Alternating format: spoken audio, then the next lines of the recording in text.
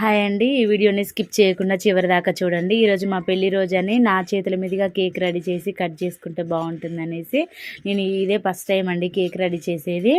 Happy biscuits అన్నీ కూడా తీసుకొని ఒక మిక్సీ జార్లో వేసుకొని మిక్సీ పట్టుకోవాలి మెత్తగా పొడి అయ్యేంత వరకు. పొడిలోనే కొద్దిగా చక్కెర, ఈ బిస్కెట్ స్వీట్ సరిపోదని కొద్దిగా చక్కెర వేసుకొని ఇందులోనే ఒక ఎగ్ కూడా కొట్టుకొని ఈనో ప్యాకెట్ మొత్తం కూడా చించుకొని వేసుకోండి. అంతా కూడా మొత్తం అంతా కలిసేట్టుగా మిక్స్ చేసుకొని ఇందులోకి ఒక గ్లాస్ పాలు తీసుకొని మంచిగా జారుగా కొంచెం లూజ్గా బ్యాటర్ లెక్క కలుపుకోవాలి. ఈ కలుపుకున్న బ్యాటర్ని కూడా ఇంకొక గిన్నెలోకి ఆయిల్ చుట్టూ కూడా మొత్తం రాసుకోవాలి. ఆయిల్ మొత్తం పూసుకున్న తర్వాత ఈ బ్యాటర్ని అంతా అందులో కుమ్మరించుకొని ఇందులో డెకరేషన్ కోసం కొన్ని బిస్కెట్స్ మిగిలిచాను. ఈ బిస్కెట్స్ అన్నీ కూడా చుట్టూ డెకరేట్ చేసుకున్నాను.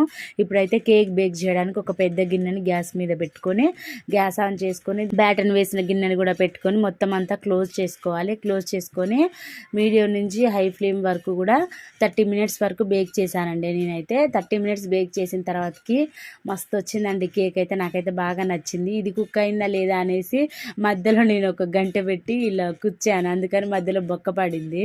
చూడ్డానికి ఎట్లా ఉంది. మొత్తం అంతా కూడా డెకరేట్ చేశానండి. కేక్ అయితే కూడా డైరీ మిల్క్ చాక్లెట్స్ని మొత్తం ఒక హాట్ వాటర్లో పెట్టి కరిగించుకొని ఈ చాక్లెట్ మొత్తం కేక్ అంతా పూసి జెమ్స్తోని నా పేరు మా ఆయన పేరు కూడా కలిసి వచ్చేటట్టుగా ముందు ఇనిషియల్స్ గణేష్ స్నేహ వచ్చేటట్టుగా GS అనేసి నేనైతే డెకరేట్ చేసుకున్నామండి.